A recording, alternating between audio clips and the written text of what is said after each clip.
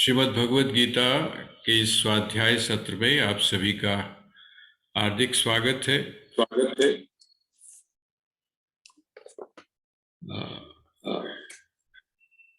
ये जो 11वां अध्याय है, इस 11वें अध्याय में जिन श्लोकों की हम लोग इस समय चर्चा कर रहे हैं, थोड़ा सा इसमें सिद्धांत का वैसा या प्रक्रिया का वैसा स्वरूप नहीं हमको देखने को मिलता है जैसा बाकी श्रीमद् भगवद गीता के अंदर हम लोग पाते हैं, जिसमें छोटे छोटे जो फॉर्मूले हैं या छोटी छोटी जो प्रक्रियाएं हैं वो देखने को मिलती हैं। वो जो है वो जिसको हम ये कह सकते हैं कि वो बुद्धि के साथ में जुड़ा हुआ है। दो पक्ष हैं हमारे यहाँ, एक कर्म का पक्ष है और दूसरा जिसको हम बोल सकते हैं ज्ञान का पक्ष। आपको ध्यान होगा, कहा था कि लोकेस्मिन् द्विविधा निष्ठा पुरा प्रोक्ता मया नघ। दो प्रकार की निष्ठाओं का वर्णन है। ये जिसको हम भाव बोलते हैं या जिसको हम विचार बोलते हैं, जिसको हम उपासना बोलते हैं, ये उपासना या भक्ति भी क्योंकि कर्म के भीतर ही आ जाती है, इसलिए दो हिस्से कर दिए। एक कर्म का वो वाला पक्ष है जिसमें प्रक्रिया प्रधान है, एक कर्म का वो पक्ष है जिसमें भाव प्रधान है।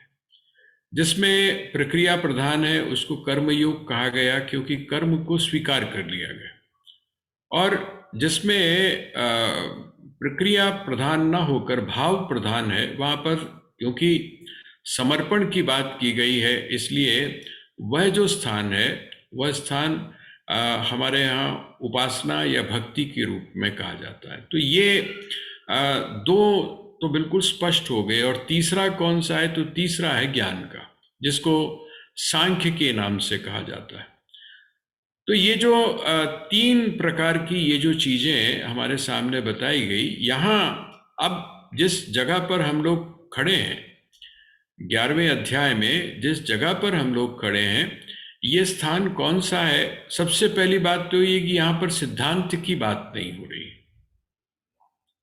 सिद्धांत की बात नहीं हो रही है, यहाँ बात हो रही है प्रैक्टिकल। प्रैक्टिकल का मतलब हम जिसको अभी तक नहीं देख पाते हैं, अनुमान के द्वारा, आगम के द्वारा, लोगों के कहे के अनुसार या प्रत्यक्ष के द्वारा जिसकी हम बात सोच सकते हैं। बहुत सारे एग्जाम्पल्स, बहुत सारे उदाहरण व्यक्तियों के दिए जाते हैं, उनके लक्षणों के दिए जाते हैं, और उसके बाद में उनकी उपलब्धि के बाद में जो उनके व्यवहार में परिवर्तन आया है उसके बारे में दिए जाते हैं। लेकिन जिसको हम बोलते हैं ना आंखों देखा, तो वही बता सकता है जिसने स्वयं आंखों से देखा हुआ, एक बात। और दूसरी बात यह है कि जिसने अपनी आंखों से देखा है अर्थात अनुभव किया है, वह भी उसको उस रूप में नहीं बता पाता जैसा कि उसने अनुभव किया है।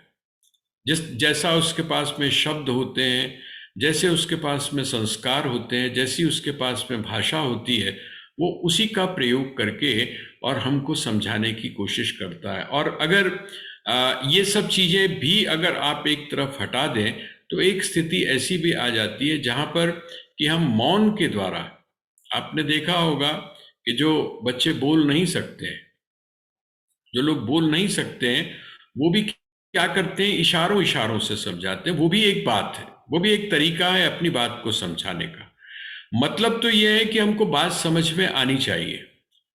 तो शब्दों के माध्यम से बात को समझाया जाता है, शब्दों में उदाहरण के माध्यम से बात को समझाया जाता है, संकेतों और प्रतीकों के माध्यम से बात को बताया जाता है। लेकिन ये सब जानकारी होने के बावजूद भी एक जो डिस्टेंस है, एक जो दूरी है, वो हमारी बनी रहती है। इसका मतलब कहीं ना कहीं शंका, कहीं ना कहीं प्रश्न जो है वो हमारे जीवन के साथ में जुड़ा रहता है।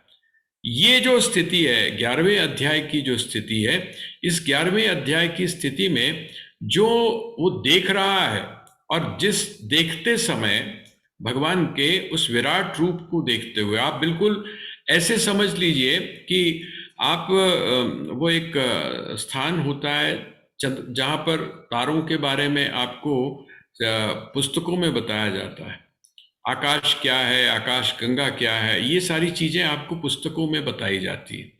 और आपने देखा होगा खास करके दिल्ली में, और भी स्थान हो सकते हैं वहाँ, लेकिन मैंने वहाँ पर देखा है कि दिल्ली में एक स्थान है जहाँ पर बच्चों को खास करके लेके जाते हैं।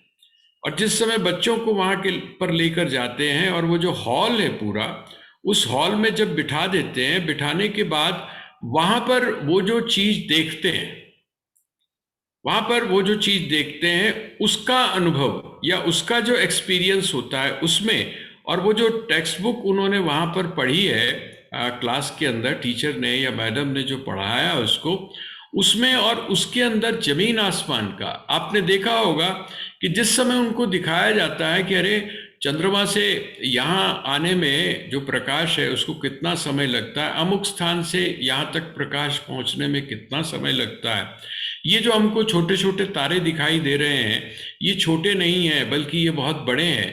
तो हमारी जो पृथ्वी है उस पृथ्वी से भी बहुत बड़े बड़े। जिस समय वो ये चीज प्रैक्टिकली देखते हैं तो उनको बड़ा आश्चर्य होता है। वही जो आश्चर्य है वो यहाँ पर किसको दिखाई दे रहा है? वो दिखाई दे रहा है अर्जुन को। एक तो आश्चर्य है, और उस आश्चर्य के साथ में जो दूसरी चीज है वो भय। आश्चर्य आपको कब होता है? आश्चर्य आपको तब होता है जब आपने किसी चीज के बारे में वैसा सुना ना हो। जैसे आपने देखा होगा जिस समय आप मानस पढ़ते हैं तो वो जो छोटा सा एक वानर है, वो जिस समय माँ सीता के सामने जाकर खड़ा होता है तो माँ सीता के मन में संदेह पैदा होता है कि इतने जो छोटा सा वानर है और इन वानरों की जो सेना है उससे राम जो है वो इस रावण को पराजित कैसे करेंगे? क्यों? क्योंकि यहाँ पर लंका में जो राक्षस हैं और जो राक्षसियां हैं वो तो बड़ी विशाल शरीर की हैं, बड़े विशाल काय हैं, उनमें तो शक्ति जो है बड़ी प्रबल है, तो कैसे करेंगे? जब हनुमान जी को उन्होंने ये बात कही तो हनुमान जी ने क्या किया? वहां पर है विशाल अपना रूप सीता माँ के सामने, माँ सीता के सामने उन्होंने विशाल, और जिस समय विशाल रूप उसने अपना दिखाया हनुमान जी ने तो आश्चर्य हुआ, उनको आश्चर्य हुआ।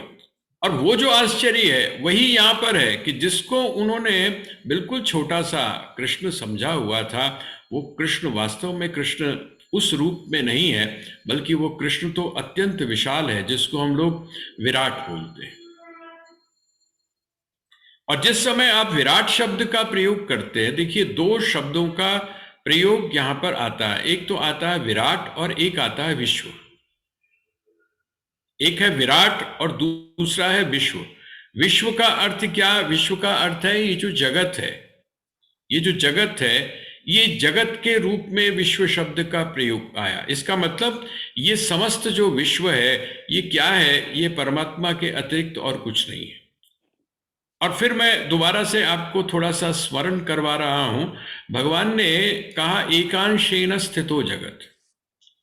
एकांश से मैंने ये जो जगत है इसका जो इसकी जो संरचना की वो कैसे की? तो कहते एकांश से की, संपूर्ण अंश से नहीं की। मैं संपूर्ण रूप से नहीं, एकांश से की। एकांश का एक तो ये, और दूसरा विराट का अर्थ क्या होता है? वो जो एकांश है उस एकांश के अलावा भी और भी बहुत कुछ ऐसा है जो कि इस विराट रूप में या विश्व रूप में समाया हुआ है। तो दोनों चीजें यहां पर, वो जो अर्जुन है वो विश्व के रूप में किसको देख रहा है? अपने जो संबंधी है उनको देख रहा है। विश्व के रूप में उनको देख रहा है, जो शत्रु पक्ष है उसको देख रहा है, और साथ में उसके अनकॉन्शियस माइंड में या सबकॉन्शियस माइंड के अंदर ये भी है कि ये जो जितने भी बाकी के लोग हैं, मतलब मेरे जो पक्ष के लोग हैं, ये भी मेरे पक्ष के जो योद्धा हैं ये भी जीवित रहने वाले नहीं हैं। यहाँ एक चीज और किसी ने एक है विचारक, उन्होंने एक बात कही, बड़ी अच्छी बात कही। उन्होंने कहा कि असल में होता क्या है, भगवान उसको दिखा रहे हैं। देखिए जिस दिन दिखाया है ये युद्ध कितने दिन तक चला, ये उसका उनका एक वो जो विचारक है, उस विचारक ने अपनी ही दृष्टि से इसकी जो व्याख्या या विवेचना की है। ये जो युद्ध है ये कितने दिनों तक चला? ये जो महाभारत का युद्ध है तो हम कहते हैं 18 दिन तक चला। 18 दिन तक चला। अब ये जो 18 दिन तक जो युद्ध चला, ये 18 दिन तो कोई खास नहीं होते हैं। मतलब अगर उस हिसाब से देखा जाए तो 18 दिन कोई खास नहीं होते हैं। उसने कहा कि कुछ जगह पर जो एक्सपेरिमेंट्स हुए हैं, जो साइंटिफिक जो एक्सपेरिमेंट हुए हैं, वो क्या बताते हैं? वो ये बताते हैं कि जब भी कुछ आगे संभावित होने वाला होता है, तो ऐसा नहीं है कि कोई भी चीज जो है या कोई भी जो घटना है, वो घटना एकदम से घटित हो जाती हो। ये मतलब प्रयोग हुए हैं, और उस प्रयोग में उन्होंने ये बताया कि एक कली है, उस कली को फोटोग्राफी के ऊपर कुछ लोग एक्सपेरिमेंट कर रहे थे। तो एक जो फूल की, जिसको हम पुष्प बोलते हैं, उस पुष्प की कली है, उस कली के जब उन्होंने फोटोग्राफ खींचे तो उन्होंने क्या देखा, जिस समय उसको इन्होंने चित्र के रूप में लाए, तो उन्होंने वहां पर ये देखा कि वो जो कली है, उस कली के साथ में आउटर की तरफ, उसके बाहर की तरफ ऐसा लगा जैसे किसी फूल का भी उन्होंने फोटो खींच लिया। क्योंकि हम सभी जानते हैं, खास करके जिस समय आप, एक तो ईसीजी होता है, एक ईईजी होता है जो टेस्ट होता है, उस ईईजी टेस्ट के अंदर क्या होता है, हमारे ब्रेन के अंदर जो उठने वाली जो तरह तरह की जो वाइब्रेशंस हैं जो हमको दिखाई नहीं देती, खास करके लाइट के रूप में अलग अलग तरह से वो दिखाई देती। इसका मतलब चेंजेस वहां पर आते हैं। तो उसको बड़ा आश्चर्य हुआ, उसने सोचा कि ये कैसे हो सकता है। अभी तो मैंने जो फोटो खींची है वो तो कली की खींची है, और ये फूल जो है ये इस चित्र के अंदर या इस मेरे नेगेटिव के अंदर कैसे आ गया, एक्सपोजर के अंदर ये कैसे आ गया। और आश्चर्य तो उसको तब हुआ जबकि वो फूल जो था, फूल के रूप में वो कली जब विकसित हुई, तो वो फूल बिल्कुल वैसा ही था जैसा कि उस फोटोग्राफ में आया था। लोगों ने, आप देखते होंगे अभी जो खास करके पैरासाइकोलॉजी के अंदर इस तरह की जो रिसर्चेस हुई हैं, वो लोग बता देते हैं कि इस व्यक्ति को जो है वो फोटोग्राफी के माध्यम से, कि इसको संभावना इस प्रकार के रोगों की है। इसका हाथ रोगी हो सकता है, इसकी आंखें रोगी हो सकती हैं, इसका शरीर का ये भाग रोगी हो सकता है। क्यों? क्योंकि वो जो चेंजेस हैं, वो जो परिवर्तन है, वो इतने सूक्ष्म होते हैं कि वो हमारी पकड़ में नहीं आते हैं। हमारी पकड़ में कब आते हैं? जब वो चीज जो है वो अपना प्रभाव डाल चुकी होती है। कहते हैं इसी प्रकार से, ये उसने एग्जाम्पल दिया। उसने कहा कि इसमें आश्चर्य की बात नहीं है। भगवान के मुख में, अर्थात वह जो विराट पुरुष है, उस विश्व रूप के मुख में अगर सब जाते हुए दिखाई दे रहे हैं, तो वो किस बात का संकेत है? इस बात का संकेत है निश्चित रूप से कि ये सारे के सारे कहाँ जाने वाले हैं। अभी तक आप ये नहीं कह सकते। अब जैसे भीष्म है, अब भीष्म तो मृत्यु उनके हाथ में, मरे मरे ना मरे ना मरे। लेकिन ये जो बता रहा है कि भीष्म और द्रोण ये भी क्या है, ये भी मारे जा रहे हैं, ये भी मर जाएंगे। और वो मर कैसे जाएंगे? तो बिल्कुल वैसे ही। इसका मतलब वो जो विराट रूप है, उस विराट रूप में कल जो होने वाला है, जिसको हम भविष्य बोलते हैं, वो भविष्य को भी अर्जुन जो है वो अपनी दिव्य दृष्टि के द्वारा देख पा रहा। कल क्या होने वाला है ये, इसका मतलब निश्चित रूप से, अब आप सोच कर देखिए, आप विचार करके देखिए कि एक व्यक्ति के सामने इस प्रकार का दृश्य उपस्थित कर दिया जाए कि भाई कल ये होगा, अब कल ये होगा तो तू क्या कर। बड़ा अच्छा एक उन्होंने उदाहरण दिया है। कहते हैं एक बार कुछ लोग, गप्पी लोग बैठे हुए थे, उनमें एक योद्धा भी था। और वो जो योद्धा था, उस योद्धा ने क्या किया, उसने बताया कि भाई अमुक युद्ध में मैंने क्या किया कहते हैं कि मैंने इतनी तेजी से अपने शत्रु पक्ष को मारना शुरू किया कि कुछ ही मिनट में मैंने सैकड़ों के सिर काट दिए।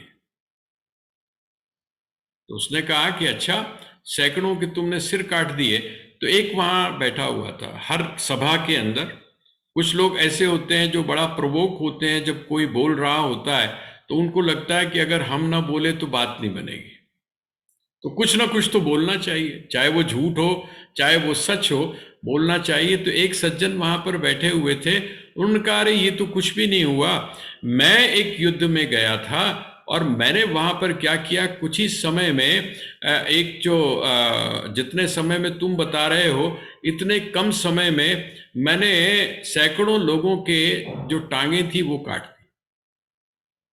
उसने कहा भाई सिर काटने वाली बात तो समझ में आती है, लेकिन ये टांगे काटने वाली बात मुझे समझ में नहीं आ रही।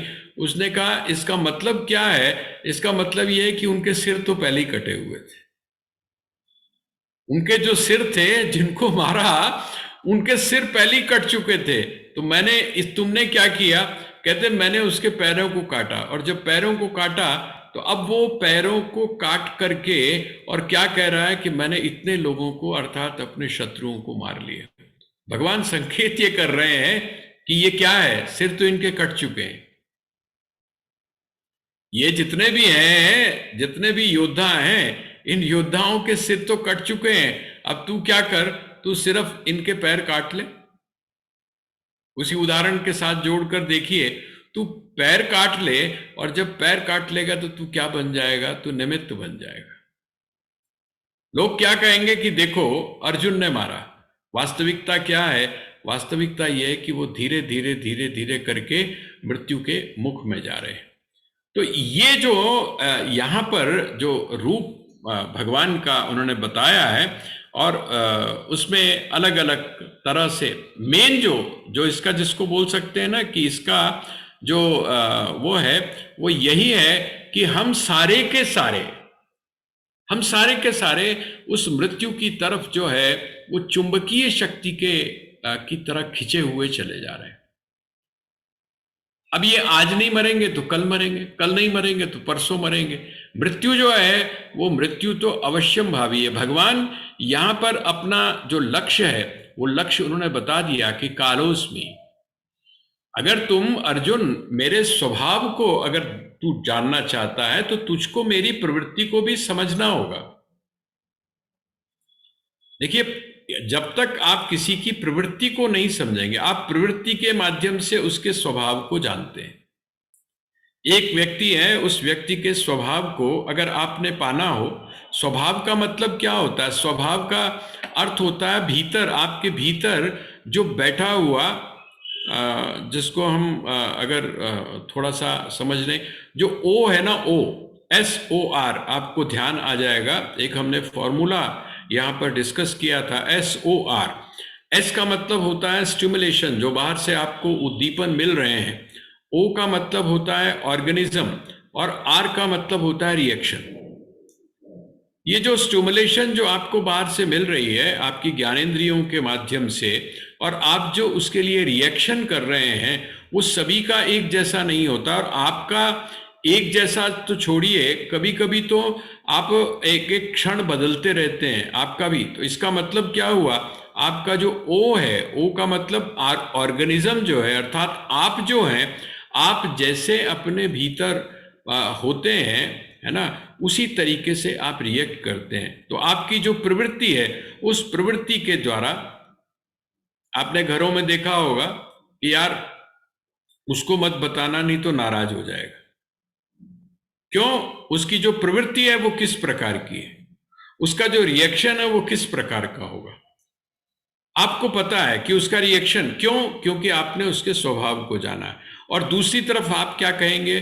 कहेंगे यार उसके सामने तो जो मर्जी बात कर लो, उसको कोई फर्क नहीं पड़ता है, उसको कोई फर्क नहीं पड़ता।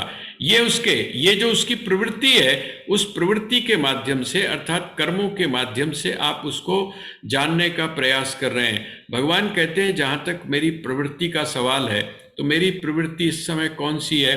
कहते हैं मेरी प्रवृत्ति तो यह है कि मैं इस समय काल बन के आया हुआ हूं।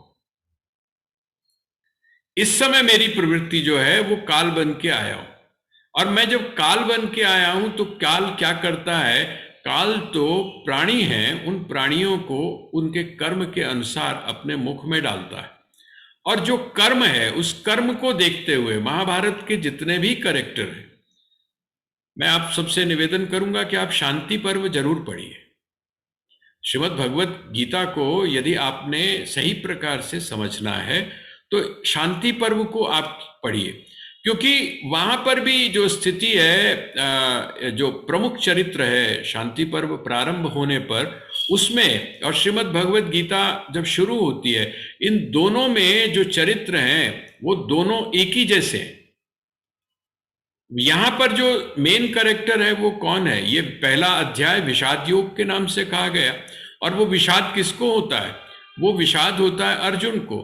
किस बात को लेकर विषाद होता है? कि कल क्या होगा, कल क्या होगा, अगर मैं युद्ध करता हूं तो उस युद्ध का परिणाम क्या होगा, अर्थात कल क्या होगा, इस बात को लेकर वो विषाद में चला जाता है। बहुत सारे तर्क हैं, वो आप लोगों ने पढ़े हैं।